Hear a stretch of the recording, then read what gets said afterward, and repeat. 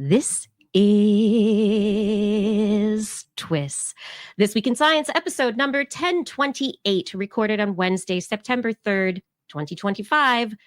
Science Unplugged. Hey everyone, I'm Dr. Kiki, and tonight on the show, we will fill your head with immunity, consciousness, and ADRIANA. But first, thanks to our amazing Patreon sponsors for their generous support of TWIS. You can become a part of the Patreon community at patreon.com/thisweekinscience.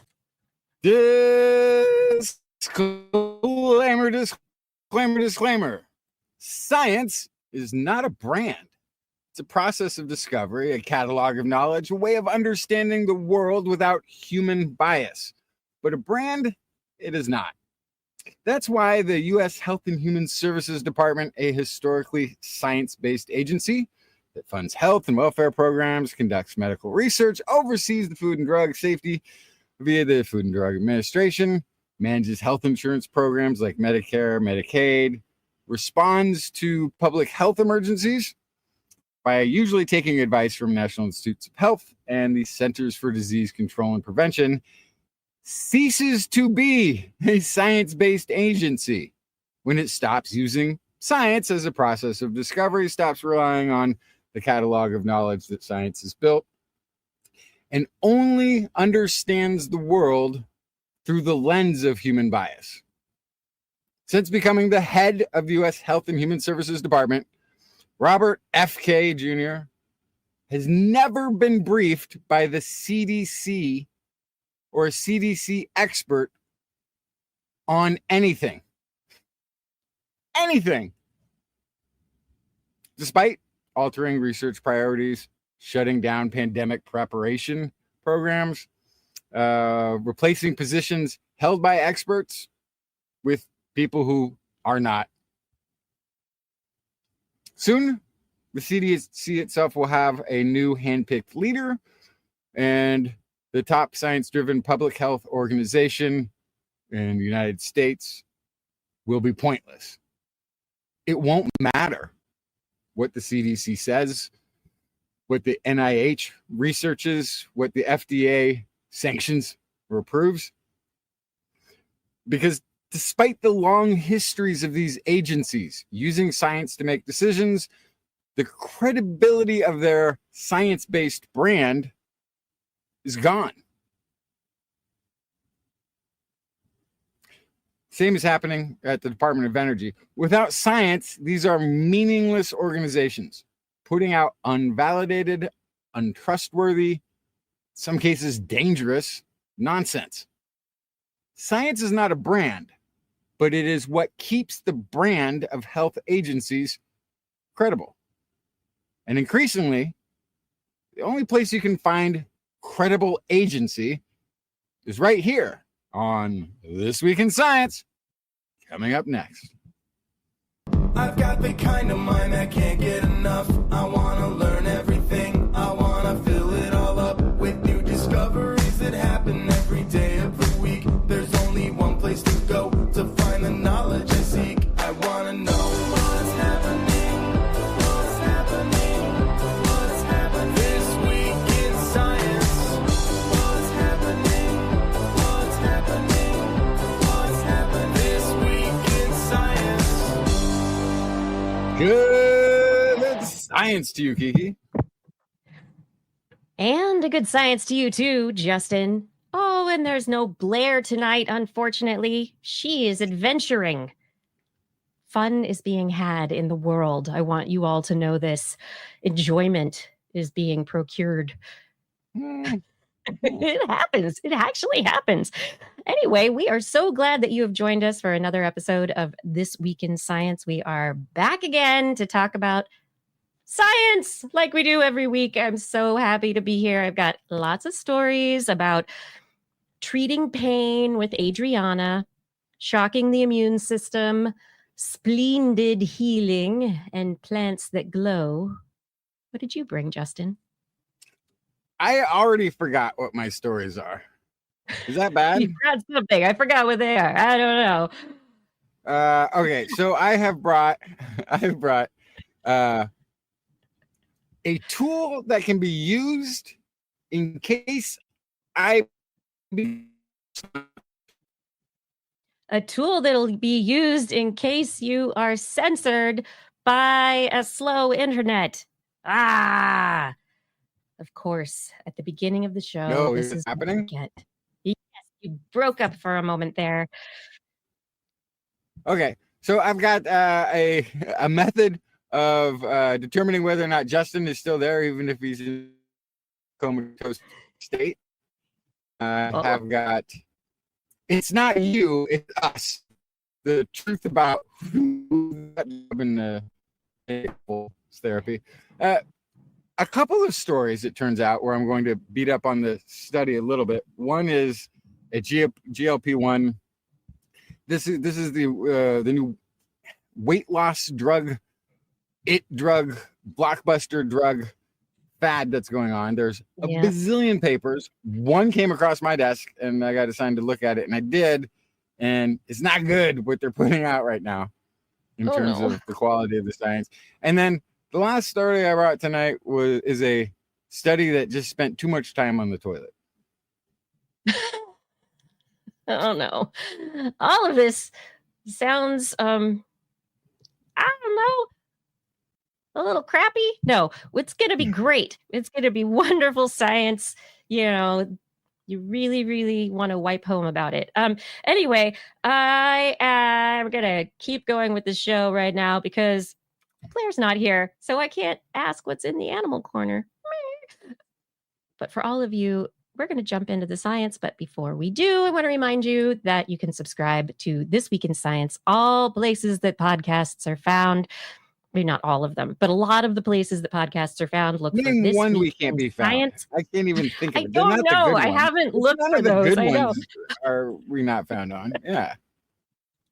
If you can't find us on the platform that has podcasts, you're on the wrong platform because you're missing all of the podcasts that are on a different platform. All of the other places.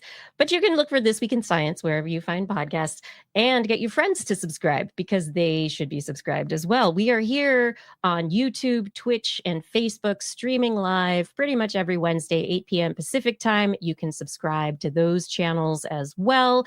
And if you want to see our show notes or check out our Patreon or our Zazzle store, head over to twis.org where you can find all of the information related to this show. You can also sign up for Blair's newsletter there. Yeah, somebody's newsletter. It really is. But now it's time for the science. Are you ready? Yes. Okay, let's dive right in. So you jumped in the disclaimer into the issues of the EPA, the DOE, the CDC, and that is a perfect platform for me to discuss our top stories related to what happened in science policy within the last week. Well, the CDC has been gutted, for lack of a better word. The director of the CDC was fired last week as she did not want to resign. And she pushed back against certain restrictions and regulations related to the COVID-19 vaccines. And as a result, she was fired. There were several director level or high level long-term CDC employees, career scientists, people who are so experienced and experts in the areas that they work in immunity and public health, and they quit in protest. So now the CDC has 9 fewer top level scientists to actually do great work. I get there's probably moral reasons and other reasons for them to quit, but that's not a great protest. We need somebody behind the scenes who can at least leak information that might be useful for the public to know, like, why quit in protest. I've never fully understood because it's an insufferable working environment when your expertise. That's when you have to double down and be a trooper and stick it out. Come on. Well, this is where we are, and in this moment, we find ourselves with RFK Jr., who has he's put together his own vaccine vaccine assessment board full of people who are vaccine skeptics and people who are not necessarily experts in the immune system or vaccine science. So can we these pause it right there? When you say not necessarily expert, do you mean not an expert? They are experts in some things. I mean, like the wiggle words. I think we need to start throwing them out, because sometimes the wiggle word it is included. So important. I don't want to say everyone, because it's a 17-person vaccine advisory committee, and this has always been should all be experts on the immune system, right? Like, isn't that what they should all be? So if half of them then they're not an expert panel. They are no longer an expert panel. So the news this week is that the West Coast states are going to band together to create their own independent expert panel to offer public health and vaccine safety information for the Western states. So that's great news, because I didn't hear about that. And I was thinking, like, my goodness, we're going to really have to have like some university research centers or something step up and be doing this is what the CDC has put out. Our point of view is that so that we have some source of information from the scientific community, that we can keep reliably sourced information that we can follow. And that is the concern as people leave the CDC, who and long-term, administration to cross administration expertise is lost. Where are we going to find the knowledgeable expertise and advice and information that we need? And it looks as though, according to this announcement, governors of California, Oregon, and Washington announced today they're going to try to provide unified recommendations, quote, to ensure residents remain protected by science, not politics.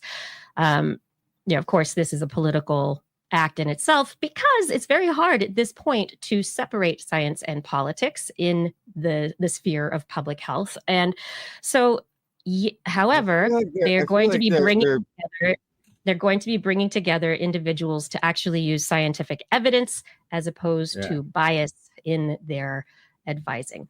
Now, this further, vibe's a little bit like Science Island. Like, it's a we're going to have to create a little space over here where the scientists are free from all this political nonsense and can just do their work. Right. And so the question is now, will states begin to draft and craft their own public health orders? So the Western states banding together to do this, they can bring all their resources to bear in the name of public health, but maybe there are going to be individual states that make these decisions. For instance, Florida has just announced that they are going to end vaccine requirements for school students. The state is moving to end all non-statutory mandates in the state, and they are going to be not requiring any children to be vaccinated before entering kindergarten. Because it should be, as they say, personal choice. I keep regardless saying feel, but of public health. Right. Well, I guess it's not even a feel, it's a think. The only logical reason I can come up with, the only scenario that jumps into my head is that the lawmakers of Florida who are pushing for this all have wealthy elder relatives that they're looking for a way to get rid of. So this is the only thing that makes so that's speculation. any sense. But because they're going to want to see the grandkids, and if they don't vaccinate the grandkids, then they're going to have to, it's like the only way that it makes sense why they would be doing this. Florida does have among the lowest of the vaccine exemption rates at about 5% of the school population. And the The question, though, is with removal of mandatory vaccination for school, how will that number change? Because doctors will still advise to vaccinate, but if fewer and fewer people have to provide a vaccination record to actually enroll their children in school, the question is what will happen moving forward there. Also, what will this do? Is this going to be case studies for the future? But anyway, this is the first step there, removing it for the states' rights and ability to make their own choices in this regard. We'll see what happens. The thing is, there's a very low risk to children. This was also something that we discovered during the big pandemic in Sweden, that was at one point trying to do herd immunity.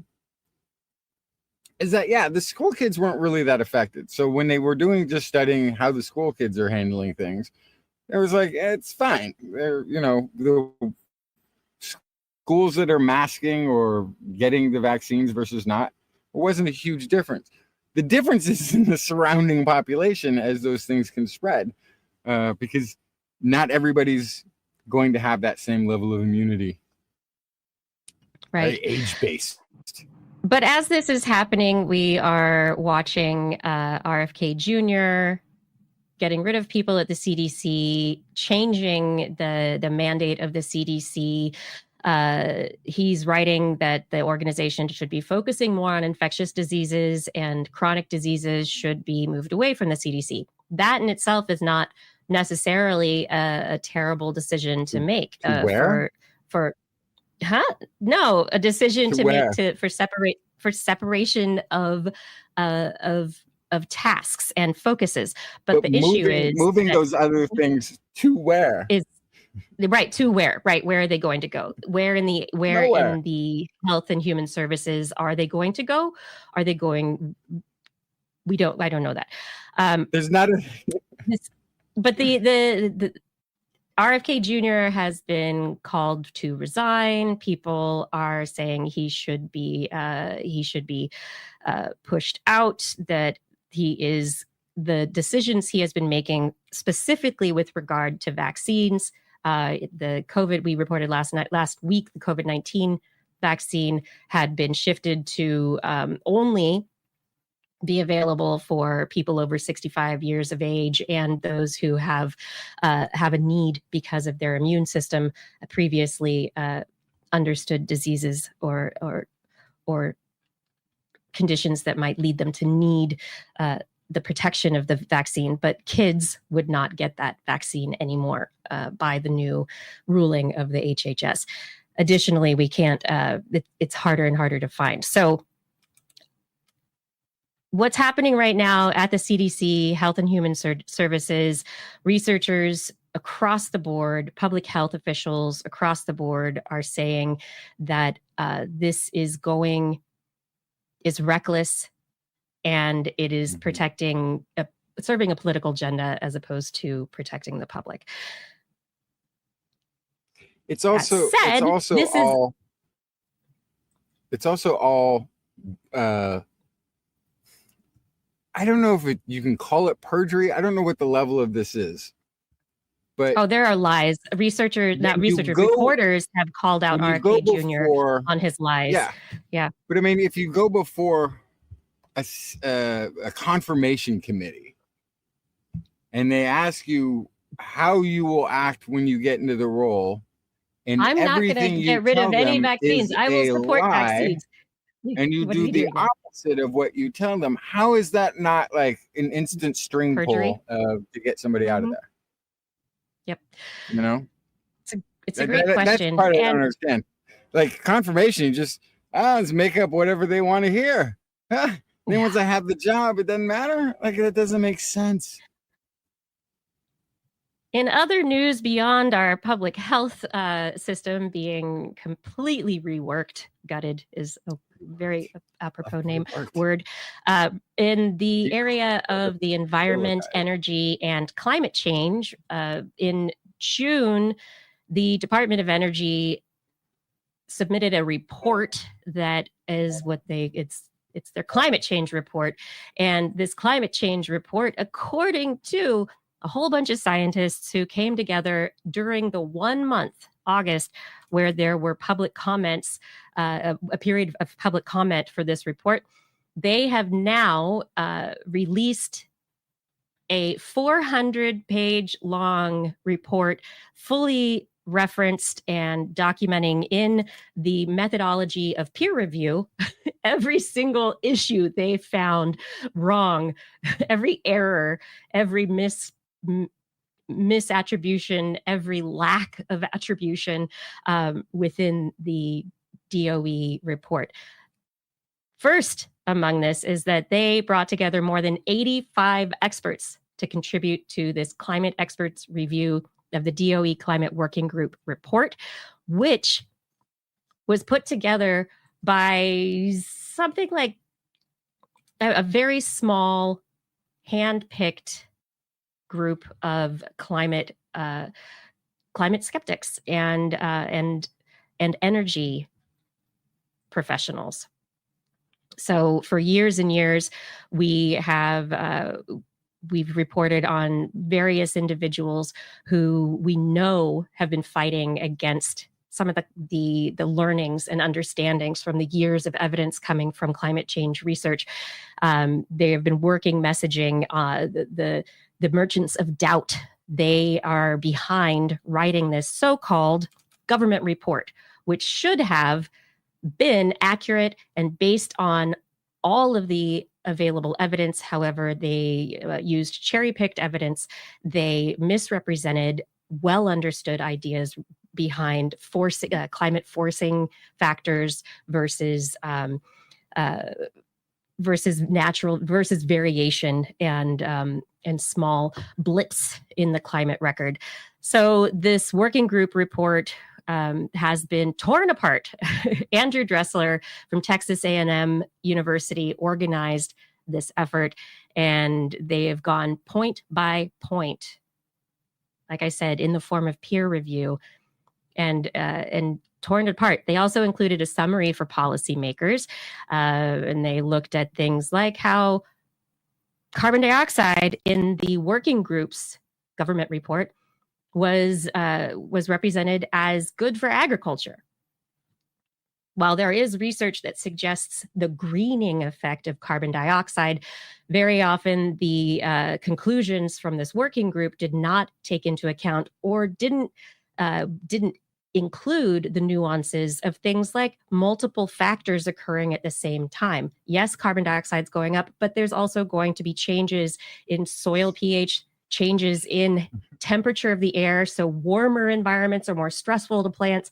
And when you have all these factors coming together, you have actually, you have less to no change in the amount of plant biomass that can grow. Well, there's left that out. so there's that, but then there's also, that's also missing climate, which is going to cause droughts, fires, inordinate amounts of rain, which can also kill crops. If you get too much rain, you can actually flood out a field to the point where you're not going to be getting your harvest. Mm-hmm.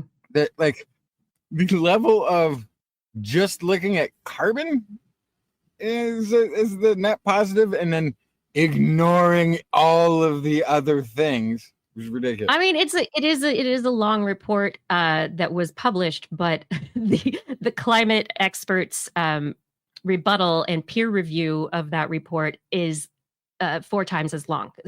Instead of 100 pages, it's 400 pages. And they had, so Dressler compared this government report to a badly written blog post that demanded or that needed a response.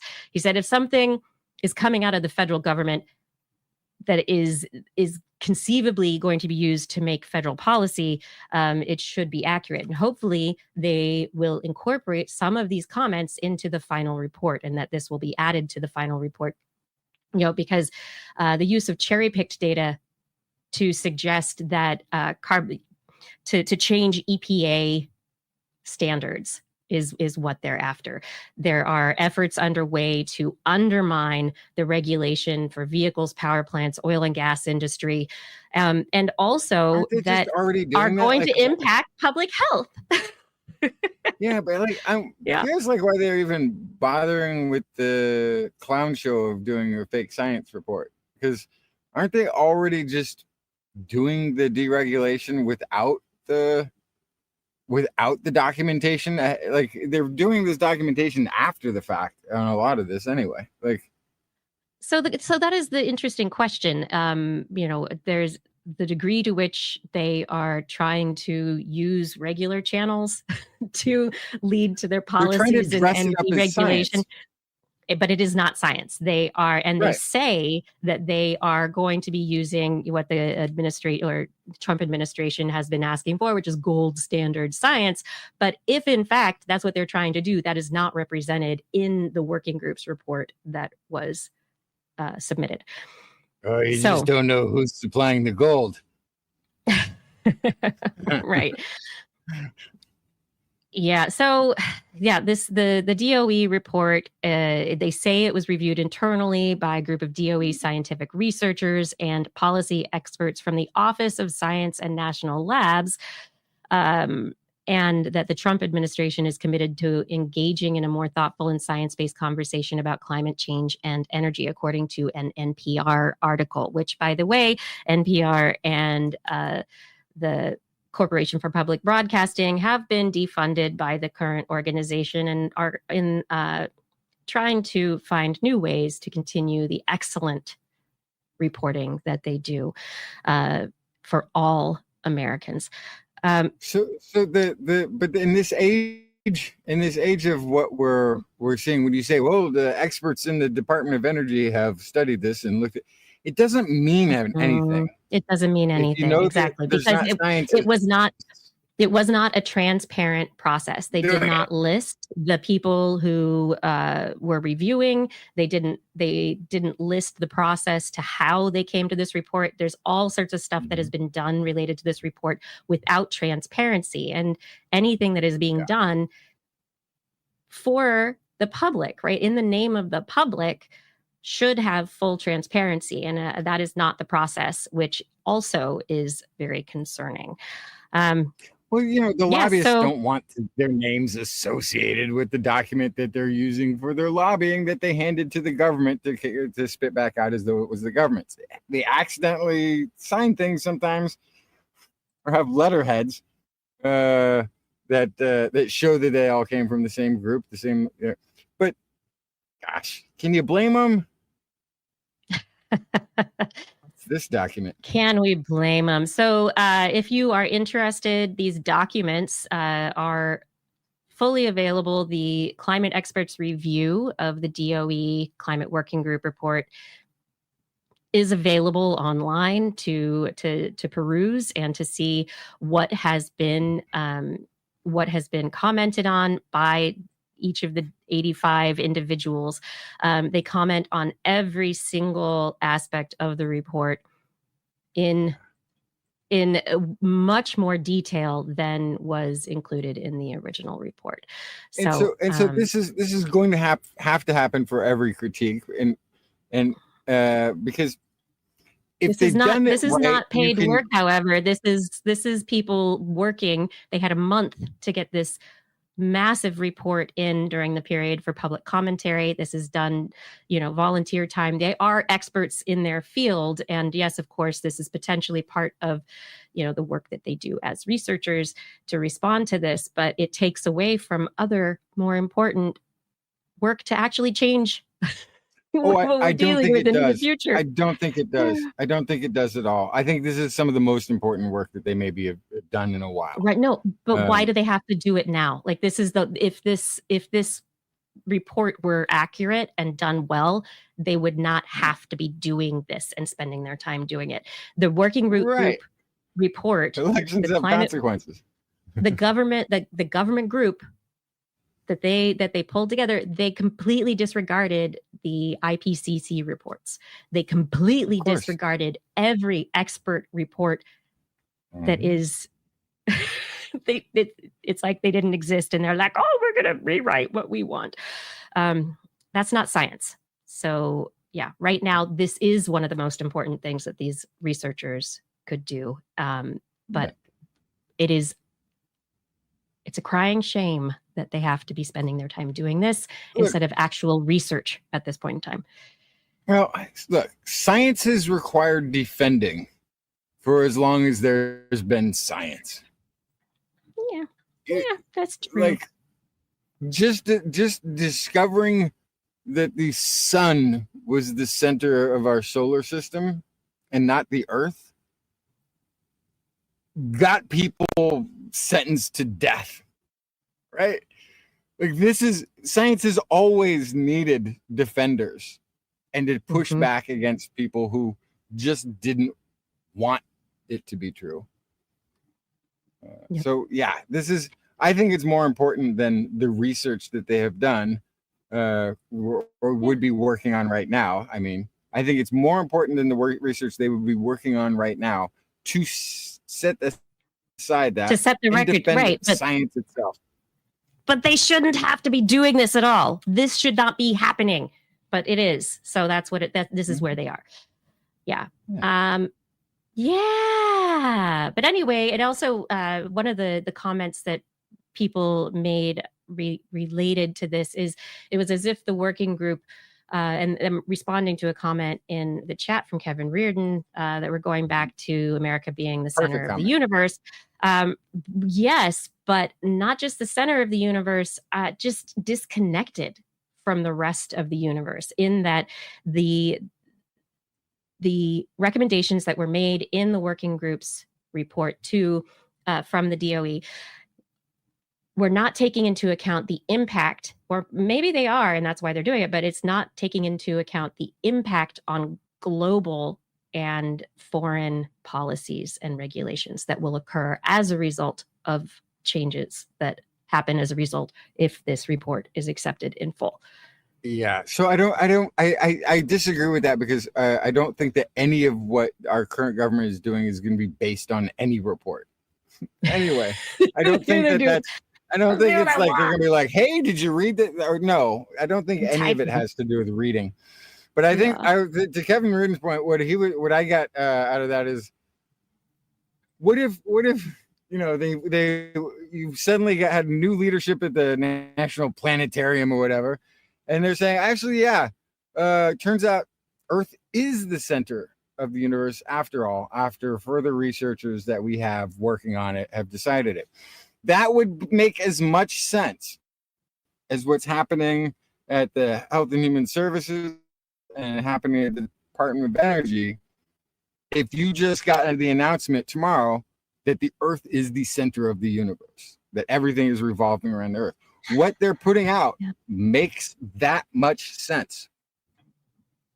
Like, I don't think as many people will be shocked by this fake science that they're putting out, but that's gold standard science.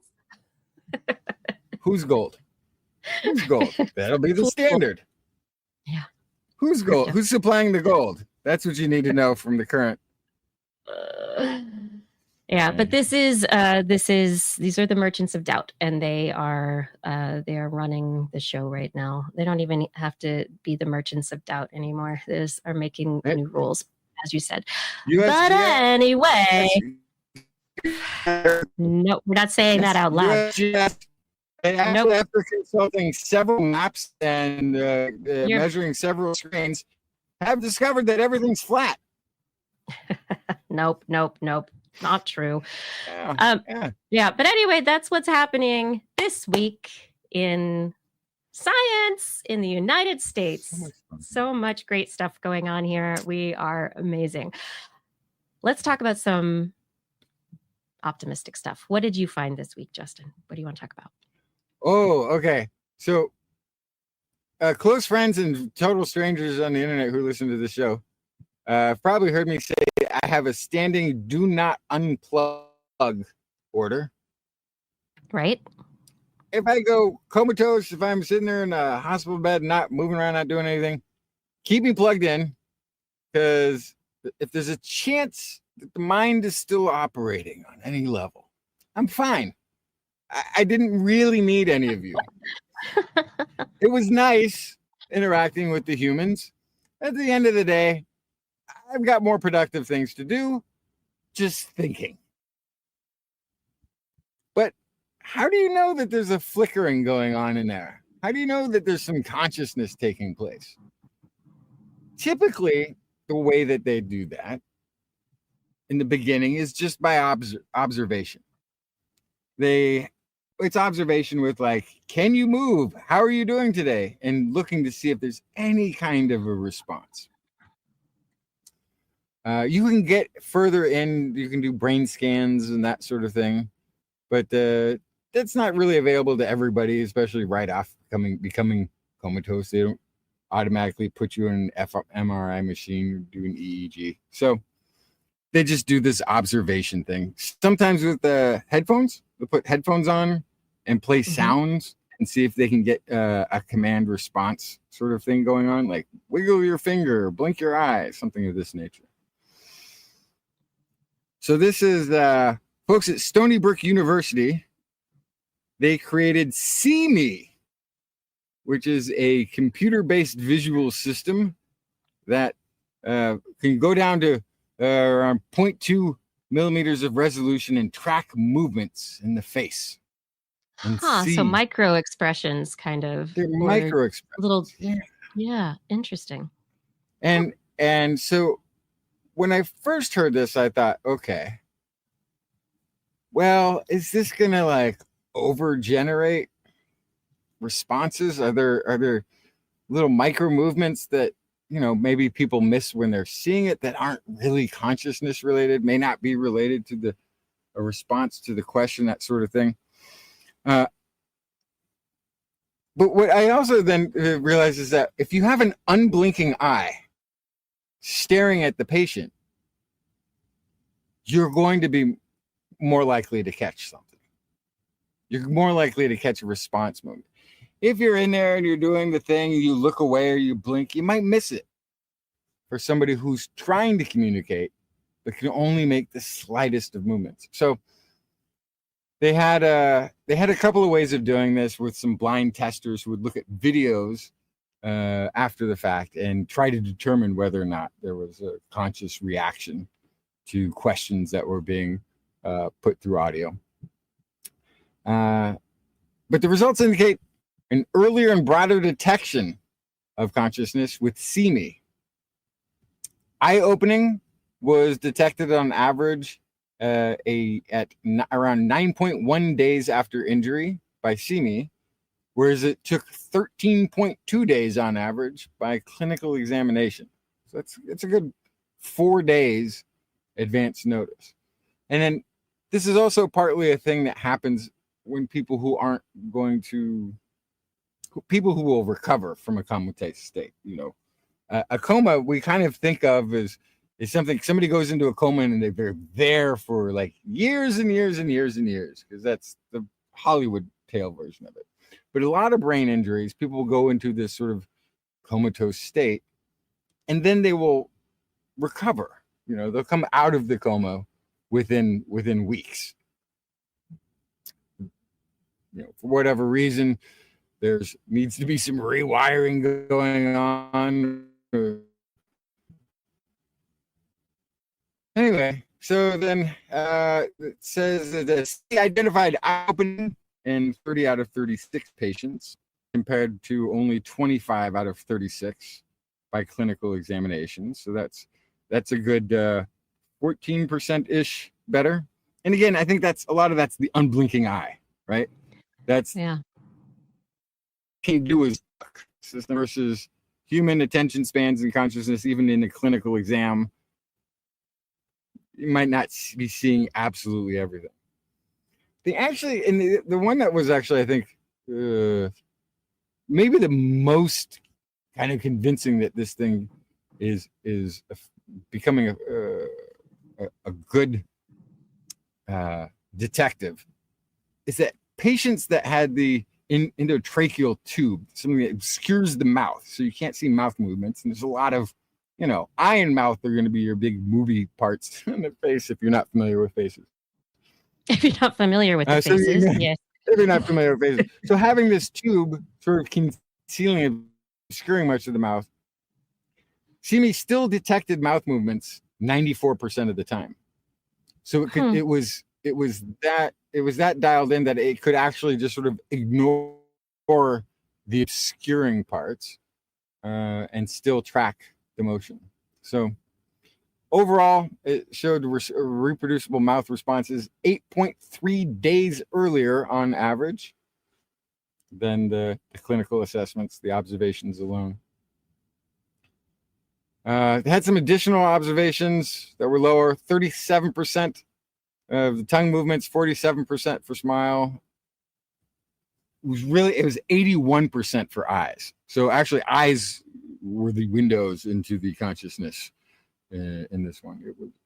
That was the most sensitive. But the eyes are usually closed in these situations, and it's just the muscles. There's so many muscles around the eyes, like little teeny tiny, the expression muscles. Yeah. This sort of thing is you getting an audio feed. Mm-hmm. You can still hear it on some level. Now, these are they aren't necessarily conscious, voluntary reactions that they're getting. Also, it's not like blink. It's not necessarily like blink your eye, but here is some music playing, and are the eyes becoming active while the music is playing? So it can be much more subtle than a real command and response, even though they did the command and response. Yeah, they did both, right? So they did both. Yeah. Yeah. Or at least the responses that they were getting weren't necessarily subject specific, right? Mm-hmm.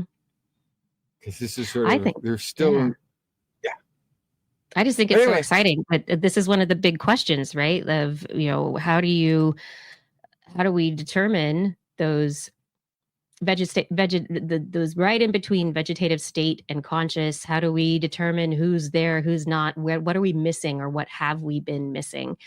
I don't know. I think this is also really interesting. Think the point is, what's the point? You can't tell, and so keep me plugged in. Because again, I didn't need any of you. I'm happy where I am. Unless, of course, SeeMe says, "I don't see you." That's just phase one. Then you got to go to the EEG and the fMRI, and then even then, if there's basic biological functions still being controlled by the brain, if that's what I am, I'm okay with that. I like being that.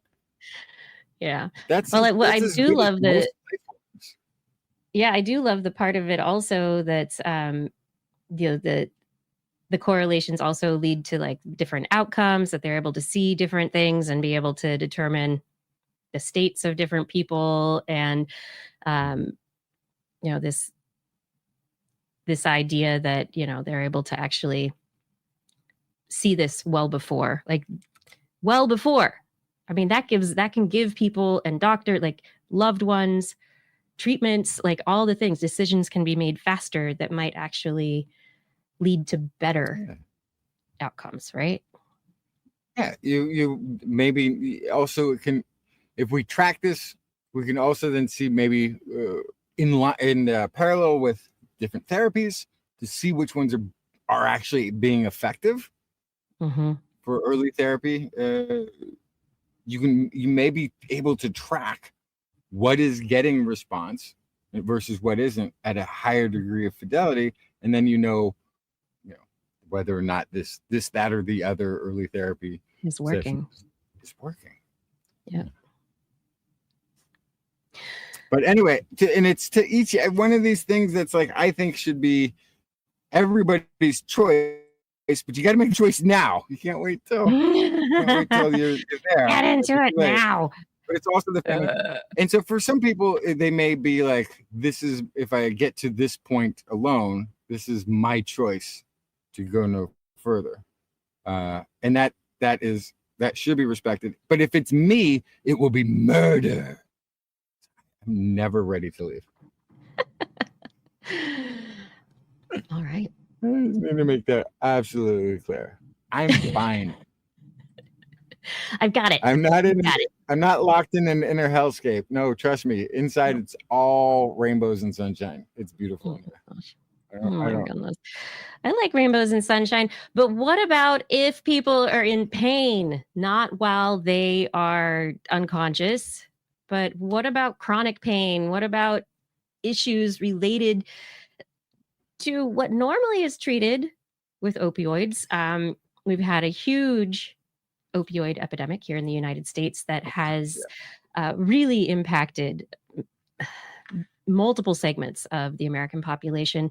And we are on the hunt for non-opioid painkillers. We want analgesics, that's a painkiller, that don't lead to addiction, right? So one of the things people have been trying to see is whether or not cannabis works, whether or not different form THC or CBT, whether these, is it CBT? Yeah, whether or not these components of the cannabinoid, all these cannabinoid molecules, whether or not they work as painkillers. And they do to a degree, but it has been seen that people tend to stop taking them, especially if people have chronic pain, they tend to discontinue the use of these cannabinoids after a few months. And so the pain potentially continues. We don't have a good replacement for opiates at this point in time.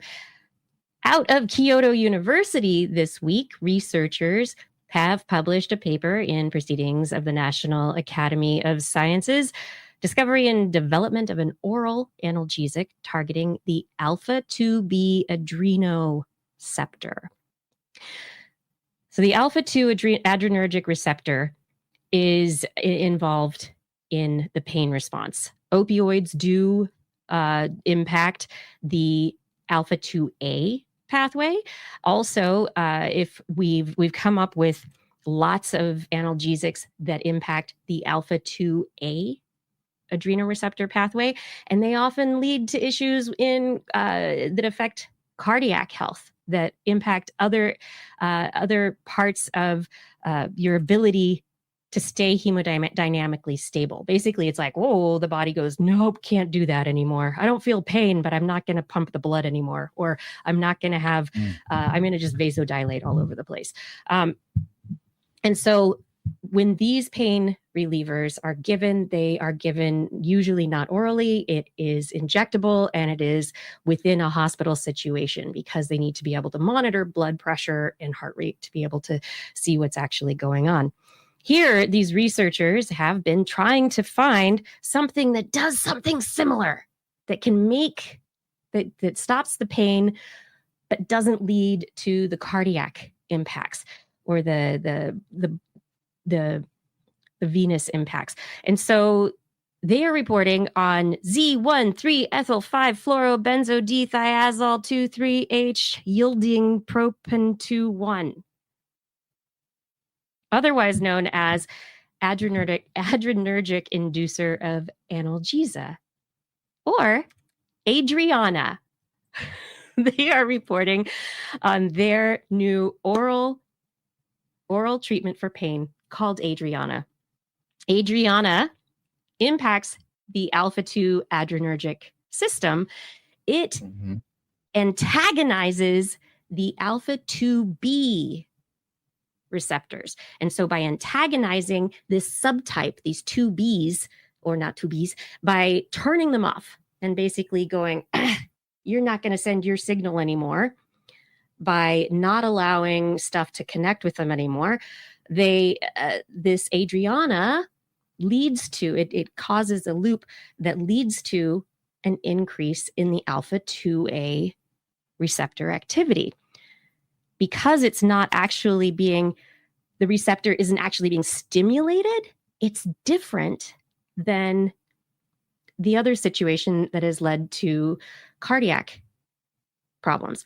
And so they've done mice tests, mouse tests, monkey tests, and it has been really successful that they've orally administered ADRIANA to mice and non-human primates, no cardiovascular effects. And they also showed that when they got rid of the alpha-2b receptor and gave them ADRIANA, that nothing happened, that the pain was still felt, pain was not treated, there were no analgesic effects. This could lead to, and there were no addictive effects either. So this could lead to an oral analgesic, So that's the one better than opioids, that gets rid of, your pain without addiction. So the no addiction thing. Mm-hmm. Because most of the story so far has sounded like we've created a version of opioids that will never kill our clients. It doesn't. Not a lot of it's made it sound like they didn't focus on the addiction thing very much. Like, how is it? Well, they got very specific about how it won't kill their junkies. Mm-hmm. I mean, their clients. Sorry, Dude. But they kind of skipped over the and monorail. It doesn't lead. Monorail. It's not addictive. It promotes noradrenaline release, and it promotes the analgesic effects, but it doesn't lead to the seeking behaviors that opioids lead to. So in the case of, say, aspirin or an NSAID that you might take for aches and pains, you don't seek those. You don't have to, they help get rid of your pain, but it's not something that you physically need otherwise. Like, you do not need to continue taking it. If you discontinue taking it, your pain comes back, but you don't suffer cardiovascular impacts. You don't suffer. Yeah, I've never been like, oh my gosh, I got to take another ibuprofen. Oh my goodness. Oh, I gotta get my ibuprofen fix. No, that's true. That's true. But I thought that had more to do with the strength of ibuprofen. No, if it only has that, this is it. If it only has the pain relief and doesn't have the, I guess, is it dopamine effects? No, so opioid effects. Is it? Yeah. The opiates, Opioid effects. Okay. Yeah. If it doesn't, it gets rid of the pain. It's not going to lead to the reward system. It won't hit the reward system, right? Exactly. It won't be leading to, that reward-seeking behavior. It would not be leading to actual physical impacts that could lead to, like opiates have issues when you stop taking them that are very dangerous. Yes. So this has passed phase 2 clinical trials. They are on their way to human trials.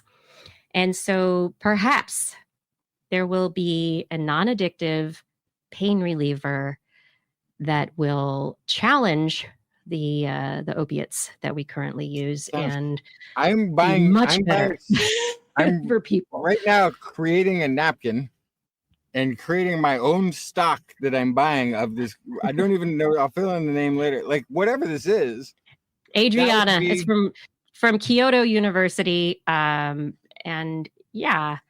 If it is what it says it is, and that is the question. We don't, it's phase 2 clinical trials. Sure. If a major, because it'd have to be major side effect, doesn't completely derail it. Like if nobody dies in the human trials, basically is going to be the threshold.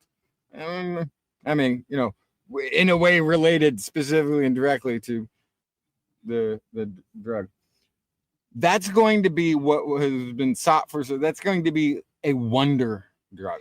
Like, it's going to be the game changer that everybody's been looking for forever. It might be the biggest story with all the other stories that we do. Biggest story of the year here in September.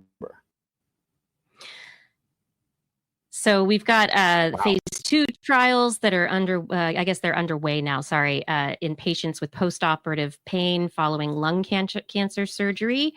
And they're going to be collaborating. Kyoto University is collaborating with BTB Therapeutics, which is a Kyoto University or originated venture company. So, of course, this is being, the technology transfer out of the university is going on. But it is an international collaboration because the opiate crisis is not just the United States. Opiates are highly regulated in Japan and in countries around the world. So this is a priority for Denmark. You many. can't buy more than 10 ibuprofen at a time.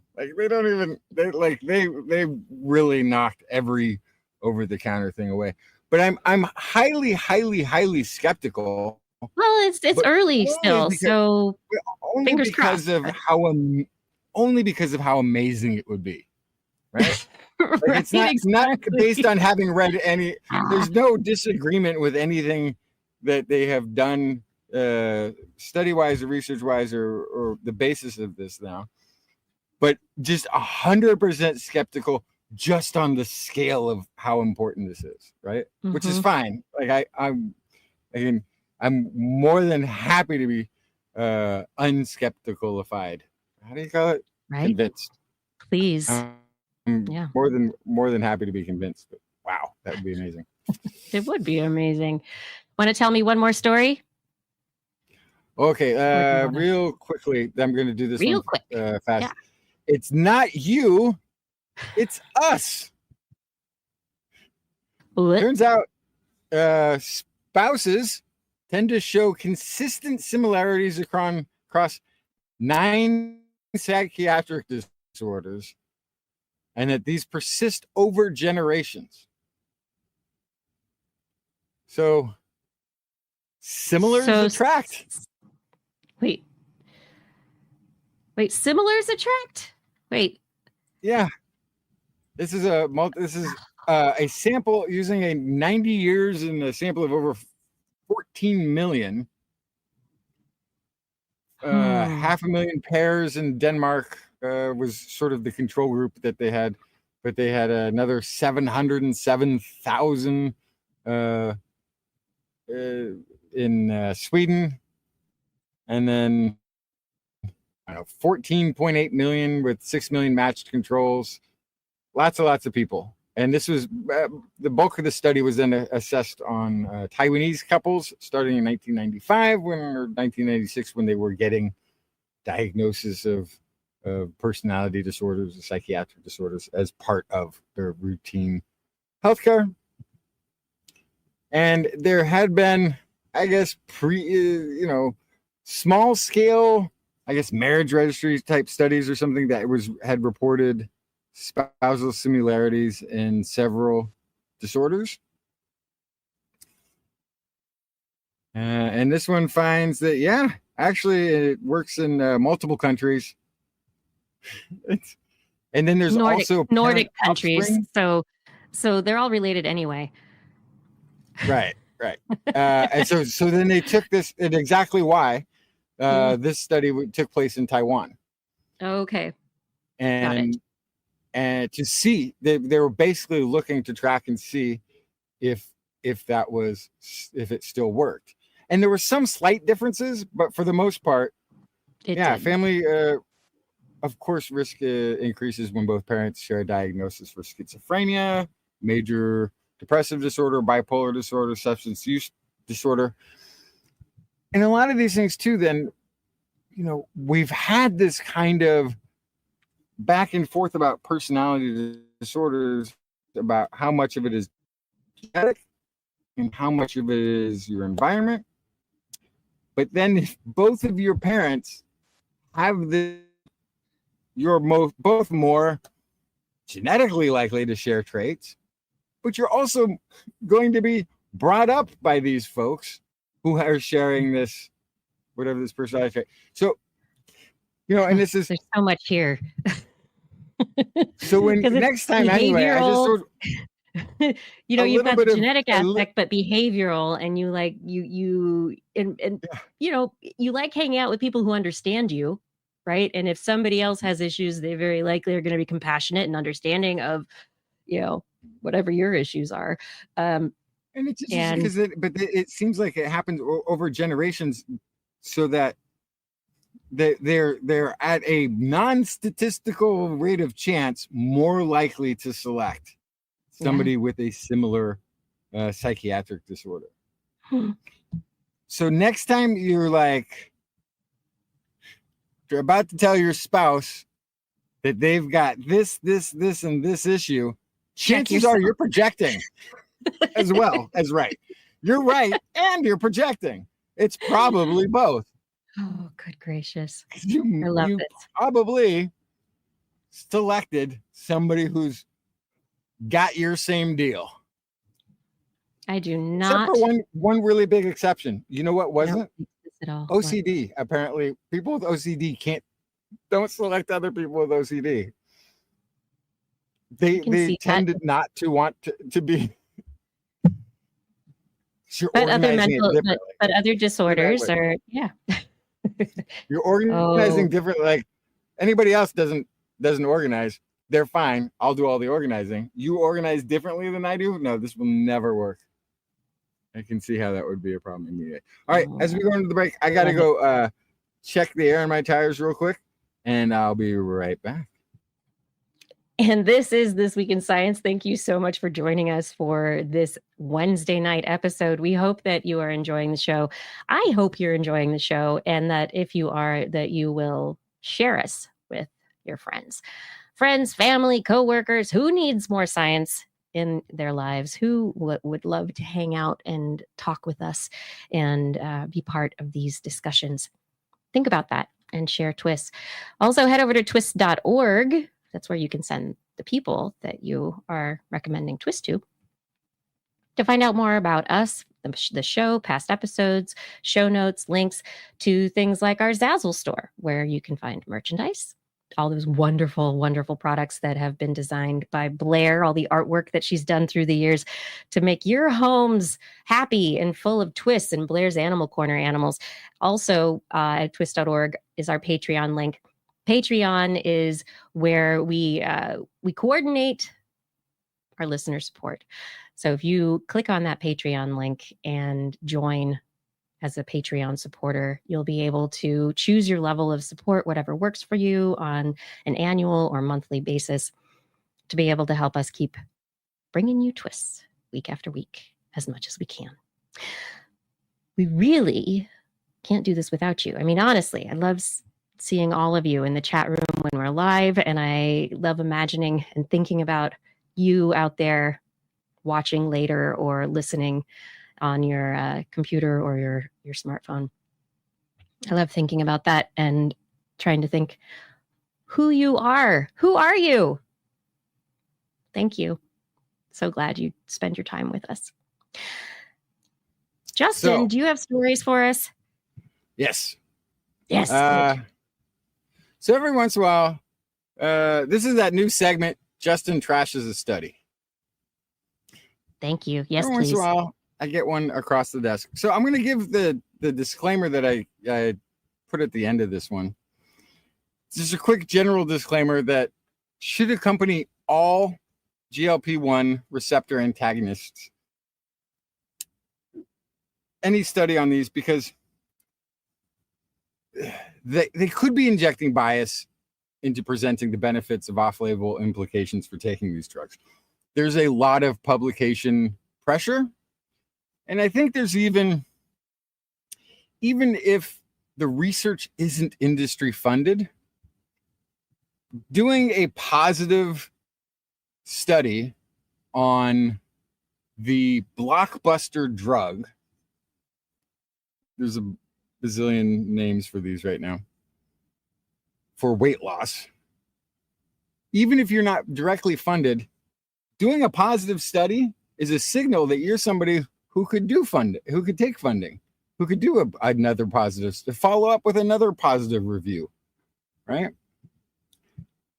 So I'm going through this study, and there's something that catches my eye early on when they're presenting how the study is formulated. And it says that p-values were two-sided, with a 0.5 or above would be considered statistically insignificant. So anything had to be under a p-value of 0.05 for it to be considered relevant, right?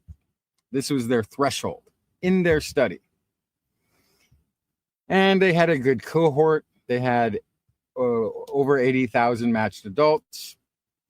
Some had type 2 diabetes. Some had other comorbidities. And the overall idea of this was whether or not there would be long-term cancer risks. Not risks from the GLP-1 RAs. This is the association with obesity and cancer. There's 13 types of cancer that have been strongly associated with cancer diagnoses. Obesity is also, just as far as metabolic diseases, it's the number one killer of humans. It's the number one cause of death associated with all sorts of other diseases.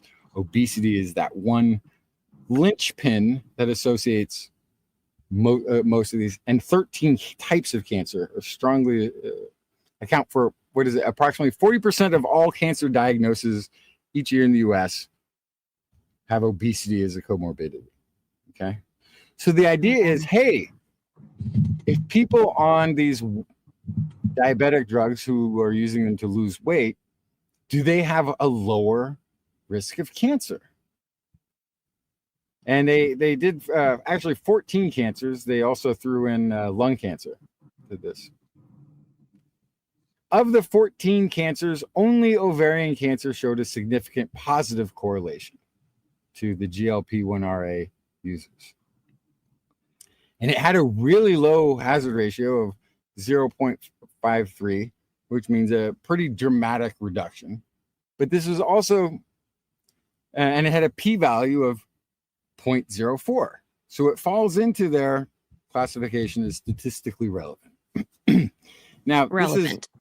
Not incredibly significant, but relevant. Well, not incredibly significant because out of 59,000 women in this, 49 had events. So it's also one of the least likely diseases. It's like, I think, third out of their list. So it was also like low prevalence. So those are always a little trickier because this wasn't a study on this one type of cancer. Had it been, that would have been a very significant number. But because this was a subgroup, the smallest subgroup sort of in this, it makes it maybe a little relevant. So when combining all cancers, they found a significance of an HR of 0.83, which would be like a 17% lower risk when they combined them all. The problem is when you go one by one, all of them have a p-value, just about all of them, of 0.05, which means that it's just making it to the edge of significance. It's making it just past the edge of significance. Mm-hmm. It's insignificant. Yeah.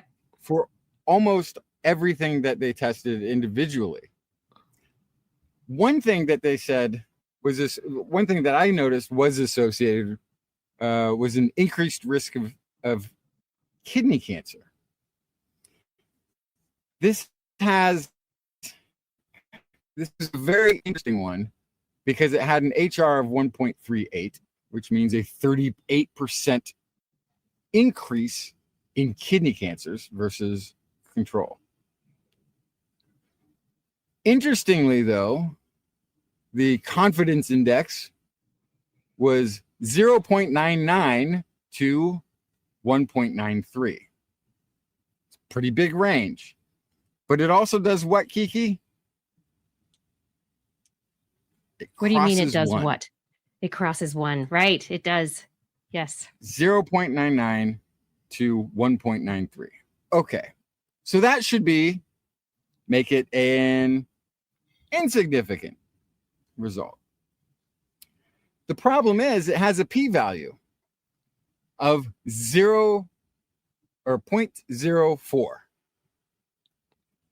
Now, which is relevant but not incredibly significant. Well, here's the thing. We don't do physics significance in medicine, in biology.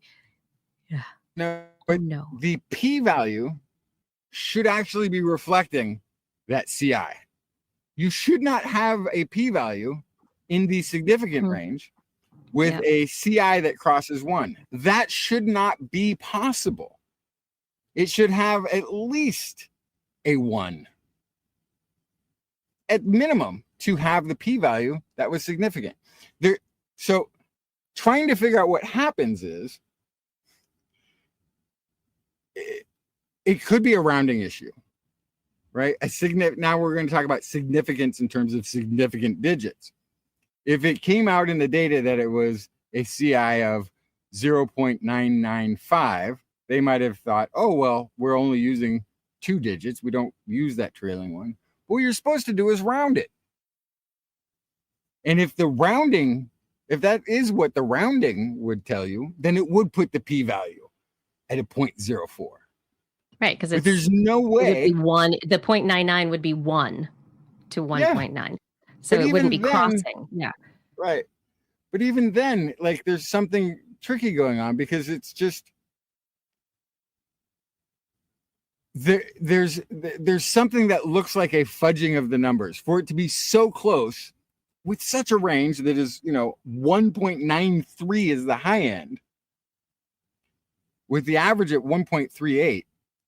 There's something fishy about it just happening to get that 0.1 below relevance with CI because it crosses. And yet somehow in their data, they still showed a p-value of 0.04. It doesn't add up. And because it doesn't add up, and this is a two-sided Cox model. This is not a multi-variance method where they're conflating different kinds of things. Nowhere in the study text does it try to reconcile the discrepancy or say that even though we have a relevant p-value, we had this crossing the line. So they have these strange terms where it's moderately, they said use the word moderately insignificant. That's not how it works. You can't have, there's no such thing as moderately insignificant. You have your established criteria. And what's also interesting is all of the other ones that had the p-value that showed it to be insignificant, they didn't cross the 1. So there's also like, how is it that all of your significant findings, which they point out in the study at the very end, they conclude that the GLP-1 RAs were associated with reduced risk of overall cancer in ovarian, also claim reductions in endometrial and meningioma cancers. These are brain lining tissue growth. They're not necessarily cancerous.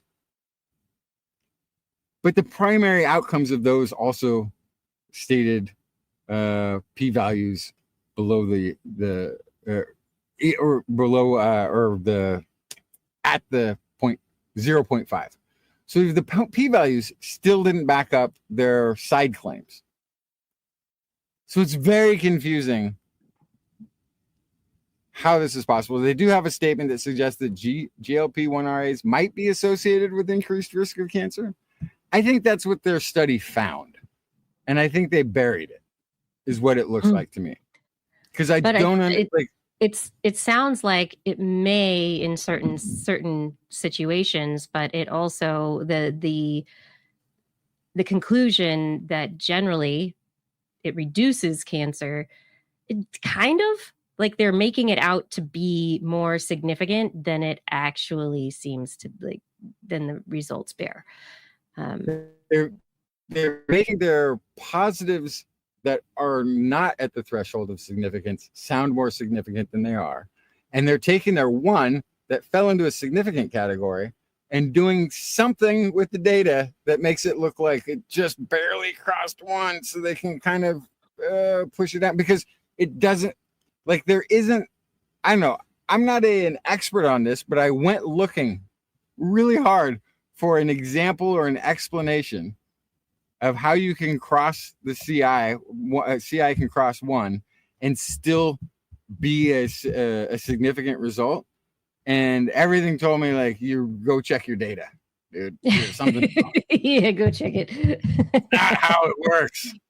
It's supposed to just be a reflection of the confidence in the p-value should kind of roll together, or at least the p-value shouldn't be in direct conflict. It should be, but I think you're right about the rounding error, and that it wasn't. That wasn't. I mean, that would make sense. But if they say 0.99, then do you think that is what they are? That's what they used. Yeah, their own reporting. They called it moderately insignificant. They tried to push it down. Yeah, it didn't even bother p-hacking, because this is also one of these things, like, you wonder when you have a group of scientists, and this is also when we were talking about, like, if half the people aren't experts, then they don't count as an expert panel. If you have, right. You may have people that are pushing back against p-hacking, that are preventing p-hacking, but then you have somebody who makes the rounding error on purpose to like, because that's their role. Something's not right. Something really stinks. And it's not the first one of these studies where something stinks, or where, for whatever reason, the language of the study is trying to downplay. Yeah. Renal effects, kidney effects. Well, that's called because of money. They don't want it to be impacting kidney, because that is they don't right, and that's a problem. So just be on notice that any one of these, I don't want to just say Wegovy, because that's the only one that keeps coming to mind. There's more than that, but yeah.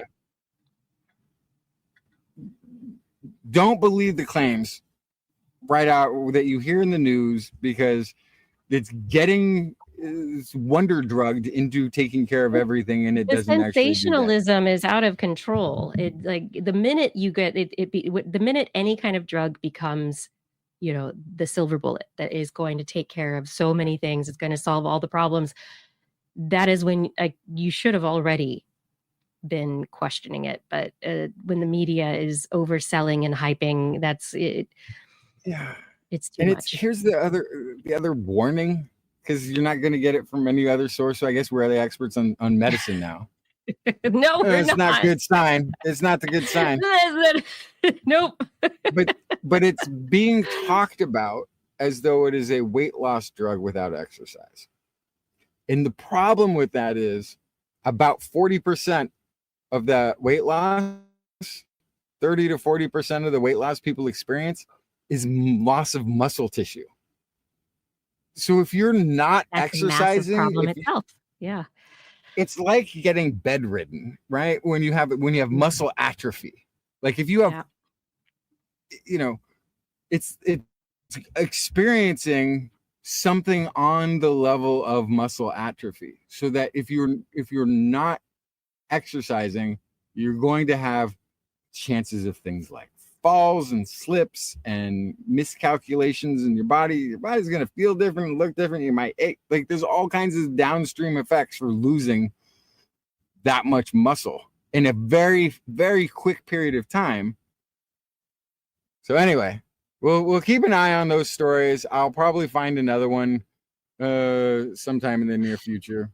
And why have that skepticism in mind whenever you hear about a claim of one of these former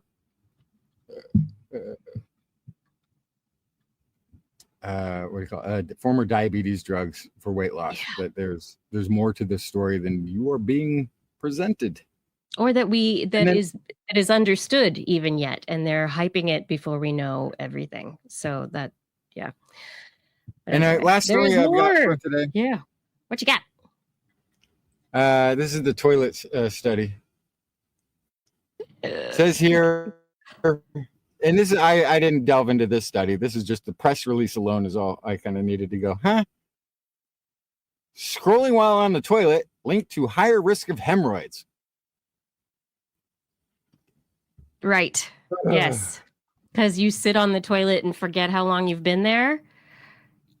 Survey participants who reported using a smartphone while on the toilet had a higher risk of hemorrhoids than non-phone users.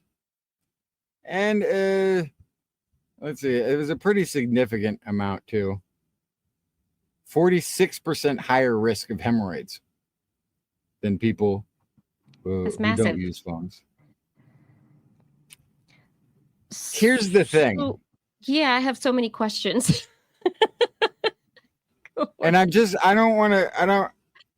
not going to talk too much more about this. I'm going to talk a little bit more about this. It says here that this is quoting, I think, somebody involved in the study. Using a smartphone while on the toilet was linked to 46% increased chance of having hemorrhoids. We're still uncovering the many ways smartphones and our modern way of life impact our health.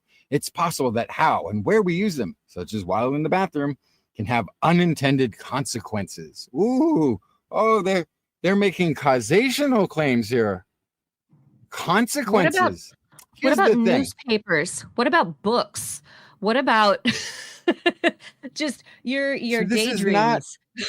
This is not a study over any period of time. This is a survey. And here's the problem, because it's not over time. Did people have hemorrhoids first? So yes, because the survey is, do you like you check that box? So it's yes, they had it before they took the survey anyway. So we don't know when they got it. Or how long it's been. And here, have you ever seen a hemorrhoid pillow? Do you know what it is? Wait, what? A hemorrhoid pillow for people? Yes, a I know pillow what a that hemorrhoid people pillow sit on is. when they have hemorrhoids? Yes. Do you know what it looks like? What does it look like? It looks like a toilet seat. A toilet seat, a donut. Pillow. Yeah. Mm-hmm. Yeah. Sometimes it's inflatable. What if it's just more comfortable? What if it's the most comfortable seat in the house if you have hemorrhoids? Then it's not having anything to do with being on the smartphone. It's just, this is more comfortable than the wooden chair in the kitchen. This is more comfortable than my desk chair or whatever.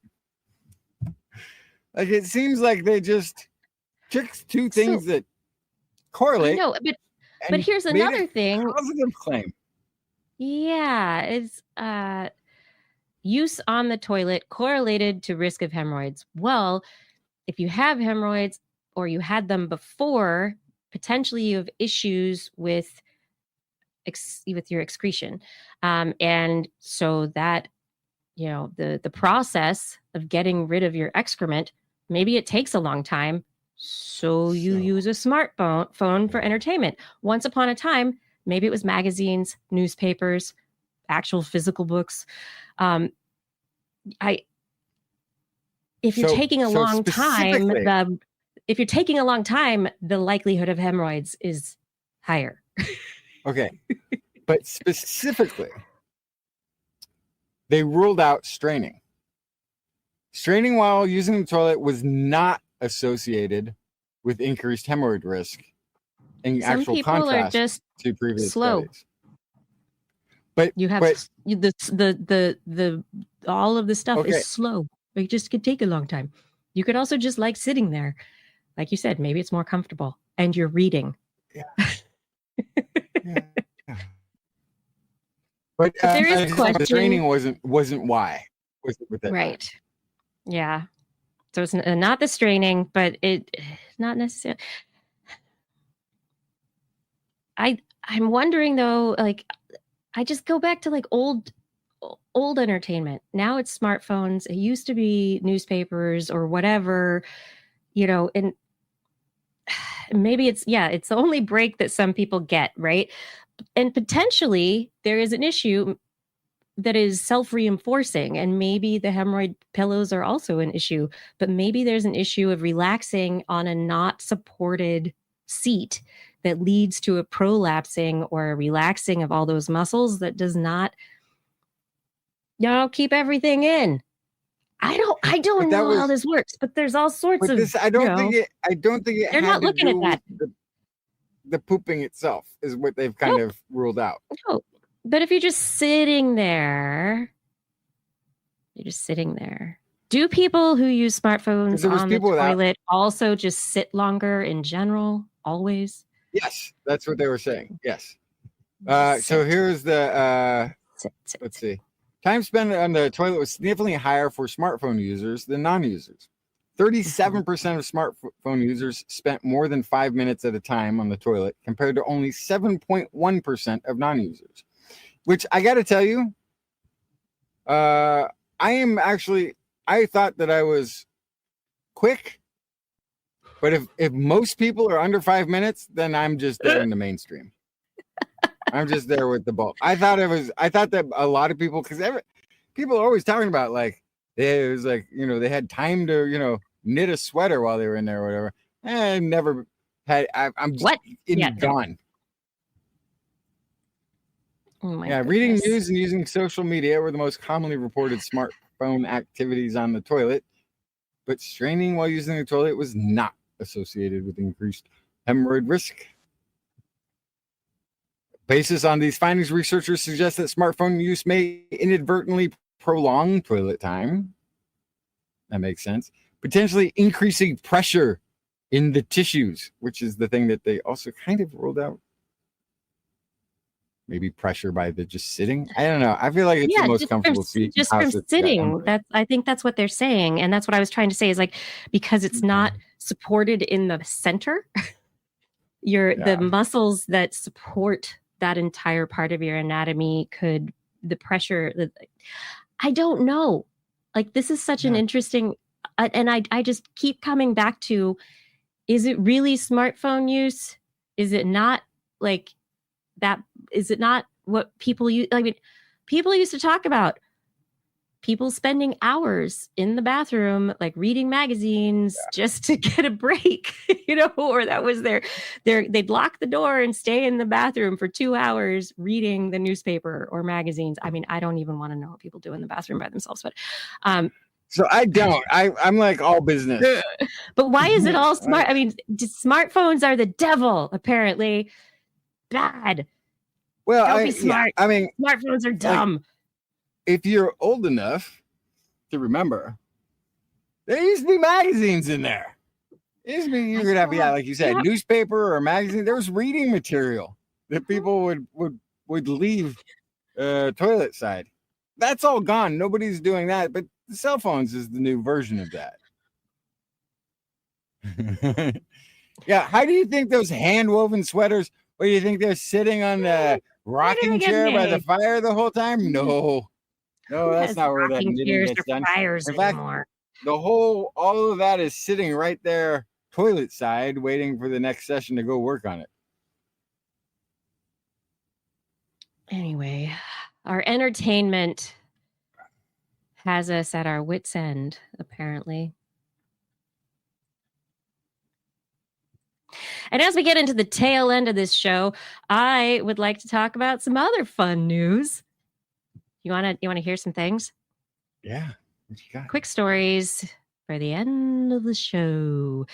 Really cool and research out of Trinity College, Dublin. Researchers have taken macrophages. They took blood samples and they published this research in Cell Reports Physical Science this last week. They took blood samples from the Irish Blood Transfusion Board, and they took the immune cells, the macrophages, the white blood cells, out of these blood samples, and then shocked them. They electrically stimulated the macrophages. In stimulating these macrophages, these are healthy individuals. Macrophages, you know what macrophages do, Justin? Eat viruses? Not viruses, but they go around and they patrol. Kind of viruses. They find bacteria, they find weird things, and they go and they want to go chomp them up and eat them up. Sometimes, though, their activity can lead to inflammation. So what they do actually, as they destroy cells, as they eat things up, they release factors that lead to more inflammation. But that's not good, because the inflammation can lead to these self-reinforcing cascades that lead to negative impacts of infections or wounds. So the researchers, they tried electrically stimulating macrophages. They used a custom bioreactor and applied electricity to these cells, and they found that the cells shifted to an anti-inflammatory state. They still did what they normally do. They were roving around trying to find or bump into infectious agents, but they stopped releasing inflammatory markers. They promoted the formation of new blood vessels, and they increased stem cell recruitment into wounds. One of the reasons that they tried this is that we have seen that with really bad wounds, and also with some wounds that have impacted nerves, they've seen that electrical stimulation can help with wound healing. And so they were like, well, why not just the macrophages? And in this, they showed that they could potentially reprogram, as in their words, they can reprogram macrophages to encourage faster, more effective healing, to limit unwanted side effects. And this is a new direction of research to be able to see what happens with different kinds of electrical stimulation. Now, as we're talking about it, it kind of makes me wonder about some of the, I guess, results that people that very often, because there hasn't been a lot of science or research put behind it, there's anecdotal stories of magnetic fields which induce electric current. There are anecdotal stories of electrical currents that have led to certain immune responses.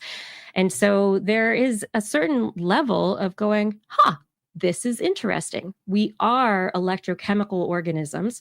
And so this potentially is in certain individuals, and I'm not going to say everyone, because genetic variation and all sorts of disease factors and environmental factors tied into this could make this much more nuanced. But it's just very interesting to think that electrical stimulation, not genetic modification, could lead to a substantial change in your immune system that would be beneficial. I wouldn't think it. So are you saying the 5G is? Nope, I'm not. I did not say that.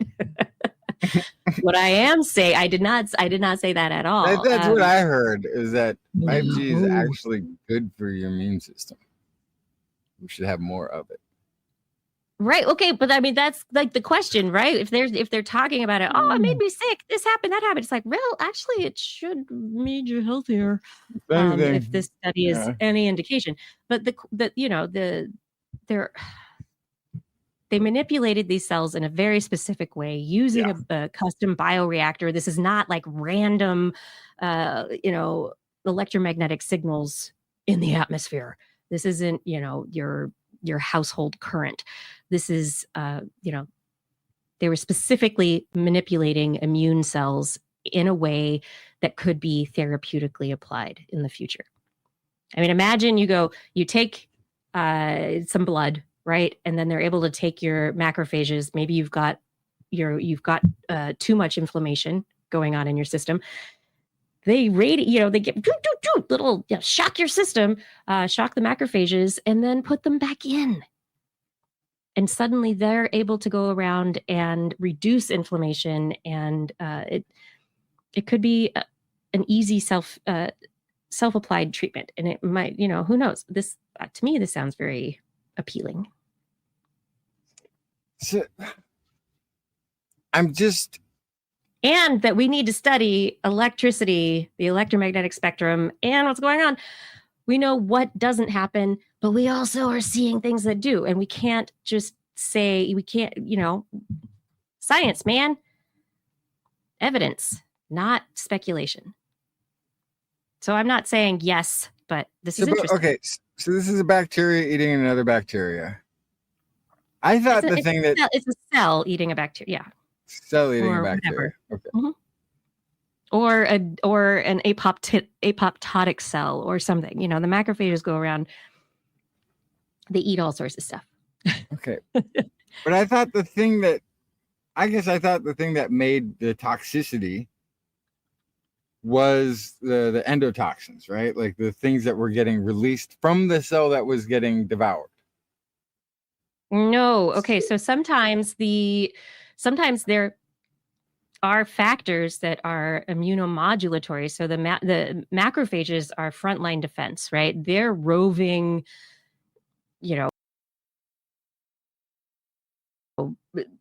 castle protectors, right? They're going around with their shield and their long sword. I don't know. What do you use in a castle? But they're going around looking for invaders, going hack, hack, hack, or whatever's going wrong, fix it, fix it, fix it. And if something's going wrong, they're also going to yell and say, hey, I need help. Send more reinforcements, right? And so there's all sorts of inflammatory modulators, so interleukins and other signals that get released from the macrophages depending on what they're eating. And they're, in addition to the other stuff that maybe the macrophages are like releasing out as they phagocytize everything. But there's a cascade that can occur that if these macrophages shout too loudly, if they bring too many reinforcements, if they ask for the wrong kind of reinforcements, that can lead to a poorly adapted response. And so what's interesting is this electrical stimulation basically goes, get back in line, man. Go back to this different state. Why it works, what's happening, there's so much there. Very cool. Anyway, they're endorsing electrical stimulation as a viable therapeutic strategy for the modulation of macrophages across multiple injury and defense microenvironments. I also think this means that there is a lot more that we need to learn about how and why these different cellular subpopulations work the way they do within the complex environments and microenvironments of the human body. It's very complex. I'm not saying that 5G and other stuff. I didn't say that. That's what I keep hearing. On the internet. Oh my God! Dr. Kiki is having the curative effects of 5G. I didn't say that, and I didn't mean that. So let's not. The closer you are to the tower, if you're sick, you should get right up, climb the tower, hug the 5G. Might be radiation and electricity. 5G needs a hug. 5G needs a hug. If you hug a tower, it can cure you today of most diseases known to man. That is not. No. What I heard. Nope. What's wrong with my ears today? I don't know. Have you spent too much time on the toilet with your smartphone? How's your spleen? Oh, do I? I don't even know if I have one. I don't even know what that is. Spleen. I keep going back to there was a superhero movie that was not like superheroes, and the other one guy's like, I'm the spleen, anyway. Spleen.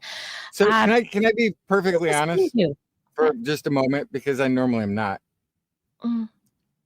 I'm constantly confused between my spleen and my pancreas. I don't know which one is which. They're very different. As soon as I get like an idea of which one does what, I know what they are. But the names, I can never tell which one is which just off the top of my head. We won't stay there. Somebody Okay. can explain it to me. That would be great. Thank you for playing out. All right. So the spleen is like is part of your immune system. It filters blood like the liver. It's right near the liver, but it's on the backside of your stomach. And Are you looking at it? Are you looking at a map? Like, I am did you looking have at to it. look it up? I No, but I needed was. this off the top of your head. Like, I yeah, do nobody know knows.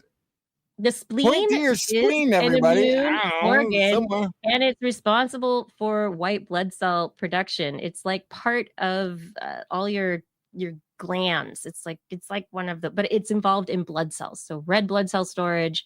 It makes white blood cells, but it's important for your immune system and your body's defense or repair after damage. Right? And then the pancreas is the little thing that doesn't do anything. Digestion. No, the pancreas it makes enzymes. It like that puts stuff in the tummy that's like, I'm gonna eat up. You know. Okay, so I have a enlarged spleen then. I don't You have do. it's that like means it was that forever. your body is that spleen. It's like it is a gland. It is filtering enlarged. stuff. It's working really hard. Actually, it's like inflamed. It's working really hard, and it's making a lot of white blood cells, which would kind of make sense, right? So the spleen is involved in creating white blood cells. It's involved in repair. And the heart. What does it have to do with the spleen?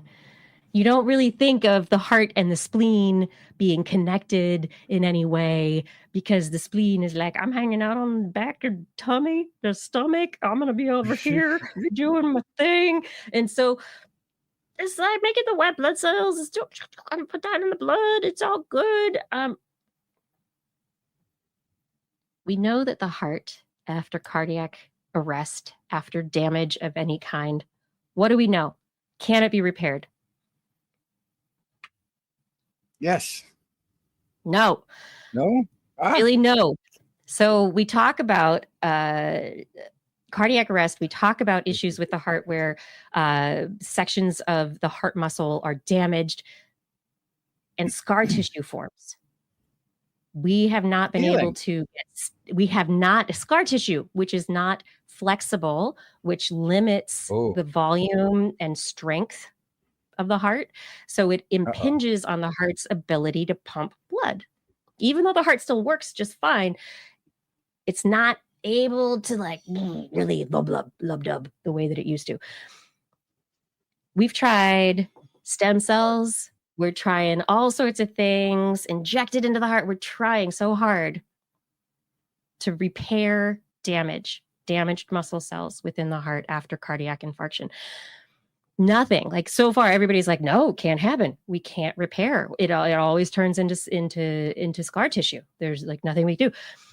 But there's a small group of people where when things are caught early enough and like the cardiac damage, somehow there is an early response from the body, there is no scar tissue.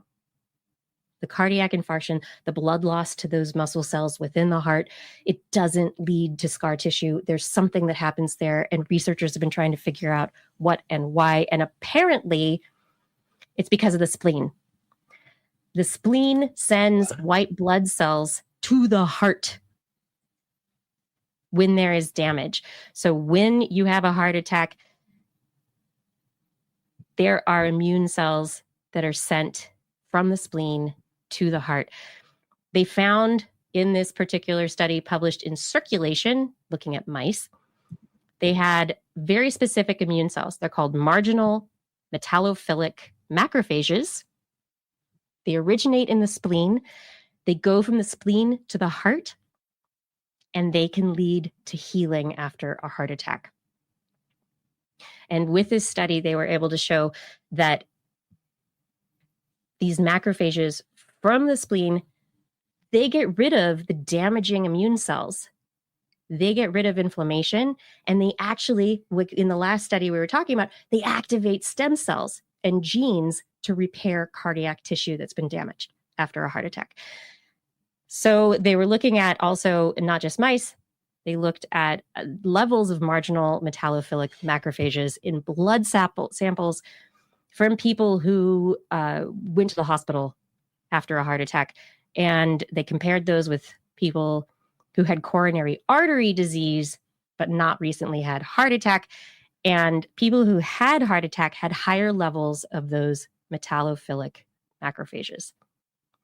So heart attack triggers an immune response or a damage control response by the body that the spleen responds to. And potentially, this is the question now, can we harness it to repair damage from heart attack? Can we harness this to repair damage from chronic coronary artery disease? How can we better understand what the spleen is doing and how these specialized macrophages are involved to be able to boost and support that repair process? And you could say, thanks, spleen. If you survived a heart attack, maybe your spleen was involved. It seems like it would have to be pretty quick. Yeah. Well, right there. Scarring happens pretty quickly. Yeah, soon after. And so it's like, of course, the extent of the infarction, right? So how much of the cardiac muscle tissue has been damaged? How much can be repaired? Of course, there's probably some limit to the amount of damage that these macrophages can actually manage. But is this something it can be? Oh. So can we boost these immune cells? Are there drugs that can be developed to be able to lead to a better response? I don't know. There's no intervention in trials yet, but this is where this research will definitely be leading. And I think it is really interesting. Because to date, you can't fix broken heart tissue. Injured heart tissue, it doesn't get fixed. That's it. And so to know that there is, and the question is like we've always been like, how do you fix it? Does the body fix it? Of course the body fixes some of it, but like what is making it happen? This is part of the solution. My last study is funny. Researchers published in Matter. It is a material science research. They have published their work proposing an integration of luminescent microparticles with succulent plants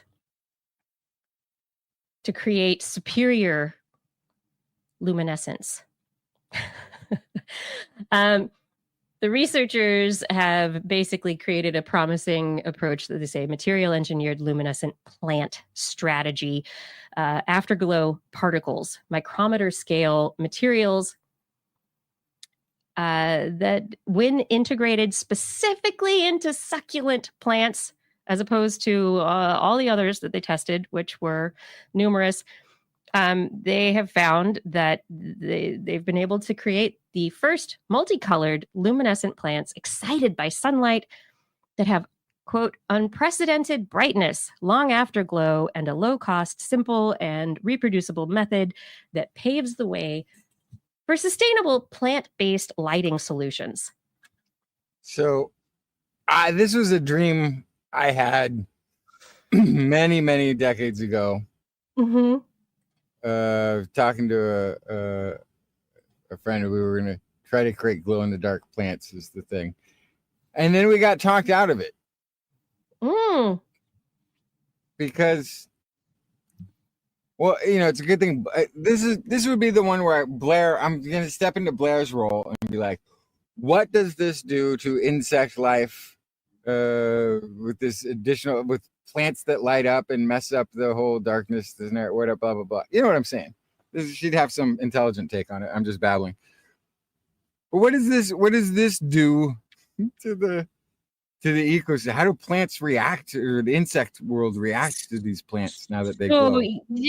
probably not. This is not something that we need to think about at this point in time, because these plants, the luminescence does not last very long, and it needs to be injected into the succulents. Oh, And so, well then stop it. yeah. That Yeah, doesn't count. I can make a glow in the dark anything right now with a little bit of paint. That's not how you do it.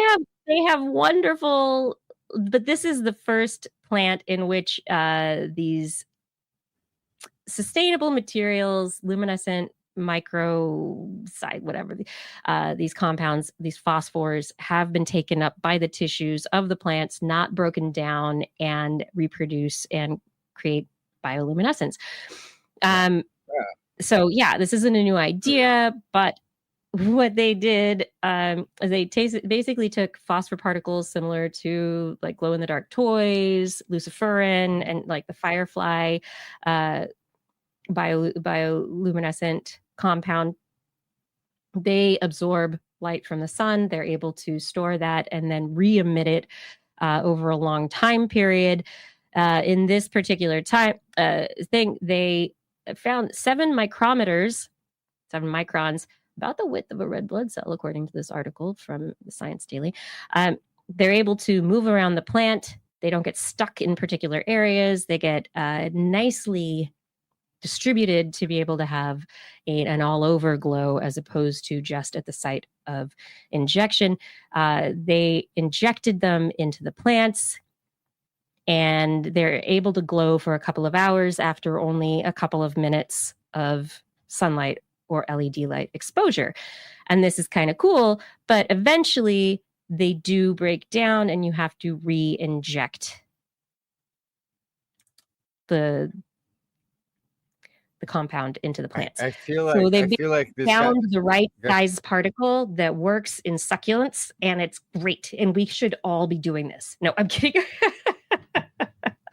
Hug your 5G tower and then inject all your friends with bioluminescence. It feels like somebody like some cell illuminating dye was about to go bad in the lab. And they're like, what do we do? We got to throw it out. Hey, I got an idea. Let's take it and inject it into all these succulents on one of our coworkers' desks and see what happens. Muhaha. All I'm going to say is, if Josiah Zahner and the Odin are putting stuff together, get me a kit. I'm going to inject my succulents. This will be great. And seriously, you're not going to have these succulents outside, or maybe you will, but they're not.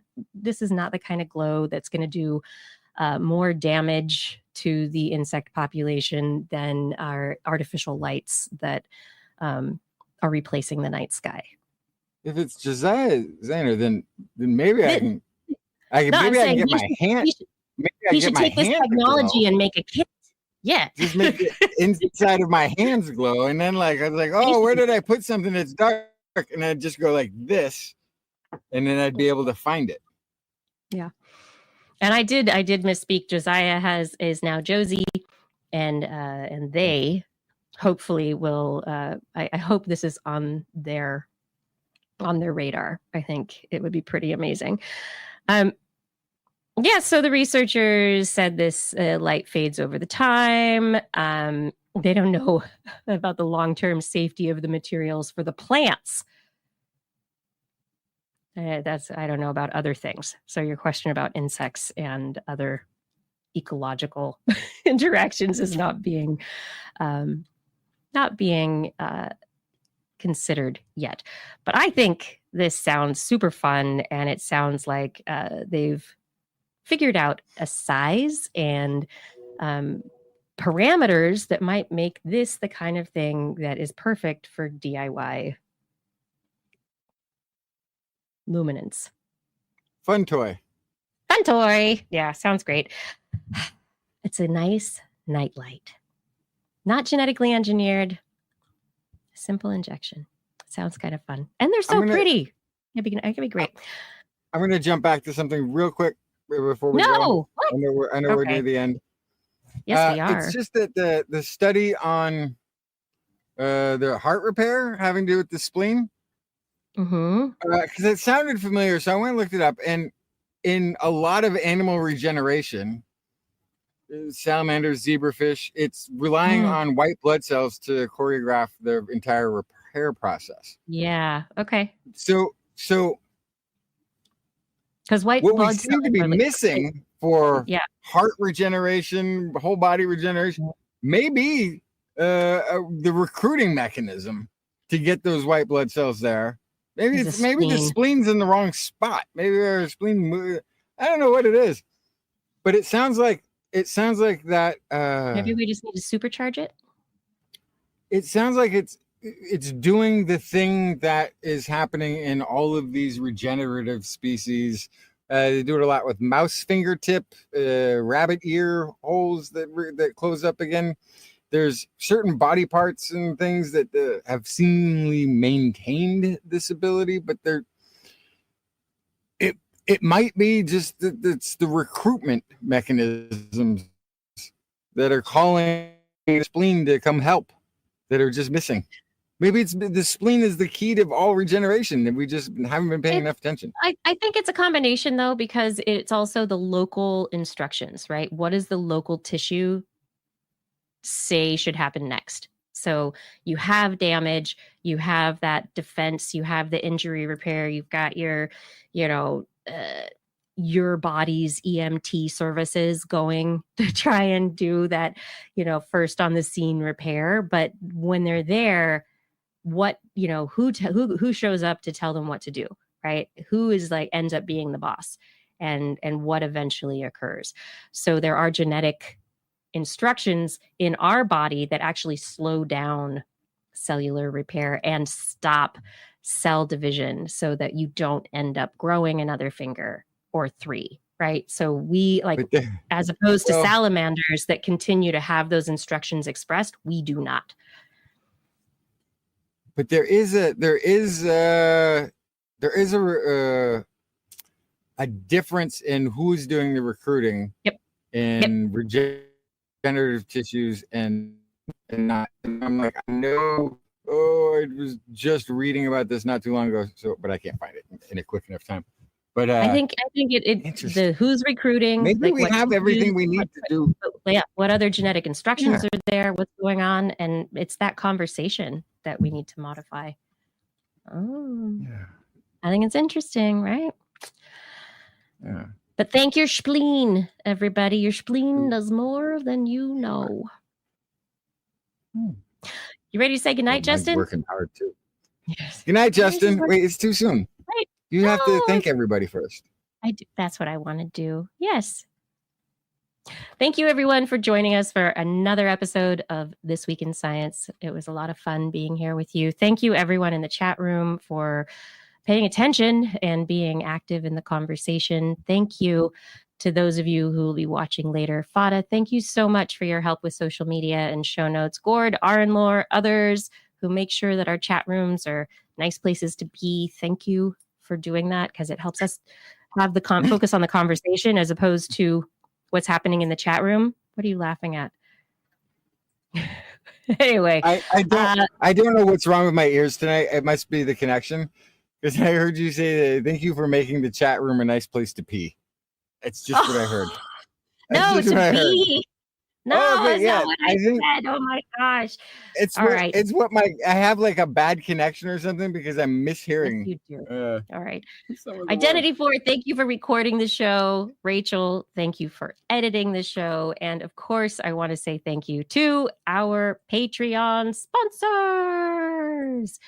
Thank you to Aaron Anathema, Adam Mishkan, Alan Viola, Ali Coffin, Andrew Swanson, Arthur Kepler, Artyom, Bob Calder, Bob Coles, Brendan Minish, Brian Carrington, Chris Wozniak, Christopher Dreyer, Christopher Rappin, Craig Landon, Craig Potts, Dana Lewis, Daryl Myshak, Dave Wilkinson, David E. Youngblood, Don Mundis, Jonathan Stiles, a.k.a. Don Stylo, E.O., Eden Mundell, Eric Knapp, Flying Out, Fred S104, G. Burton Lattimore, George Corris, Greg Briggs, Howard Tan, Jack, Jason Olds, John Atwood, Greg McKee, John Ratnaswamy, Johnny Gridley, Ken Hayes, Kent Northcote, Kevin Parachan, Kevin Reardon, Kurt Larson, Lon Makes, Lauren Gifford, Mary Gertz, Marjorie, Mark Hessenflow, Noodles, Patrick Pecoraro, Paul D. Disney, Paul Ronovich, Philip Shane, Pierre Velazar, PIG, Richard Badge, Robert Norland, Robert W. Farley, Rodney Lewis, Rudy Garcia, Remy Day, Sean Clarence Lamb, Shoe Brew, Stephen Alberon, Steve Leisman, aka Zima, Sue Dostler, Teresa Smith, Tony Steele, and Vegard Schafstad. Thank you so much for supporting us on Patreon. You help keep the show going. And if anyone wants to contribute to us and the show and the community on Patreon, please head over to twis.org and click on that Patreon link on next week's show. We will be back Wednesday, 8 p.m. Pacific time, broadcasting from all of the channels on the tubes, the books. Everywhere. Everything.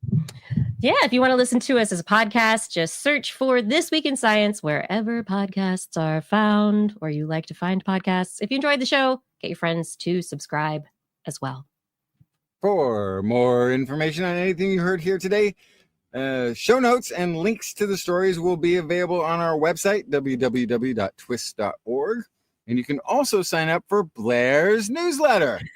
I love how it's Blair's now. And we love your feedback. If there's a topic that you would like us to address or cover, or a suggestion for an interview, let us know on one of our social media accounts, or send us an email. Just put TWIS in the subject line so your email doesn't get spam filtered into a luminescent succulent that someone puts in their garden and then forgets to recharge. We look forward to discussing science with you again next week. And remember, if you learned anything from the show, it's all in your head. This Week in Science. This Week in Science. This Week in Science. This Week in Science, it's the end of the world. So I'm setting up shop, got my banner unfurled. It says the scientist is in, I'm gonna sell my advice. Show them how to stop the robots with a simple device. I'll reverse global warming with a wave of my hand. And all it'll cost you is a couple of grand. 'Cause this week's science is coming your way. So everybody listen to what I say. I use the scientific method for all that it's worth, and I'll broadcast my opinion all over the earth. 'Cause it's This Week in Science. This Week in Science. This Week in Science. Science. Science. Science. Science. Science. This Week in Science. This Week in Science. This Week in Science. This Week in Science. This Week in Science. This Week in Science. This Week in Science. This Week in Science.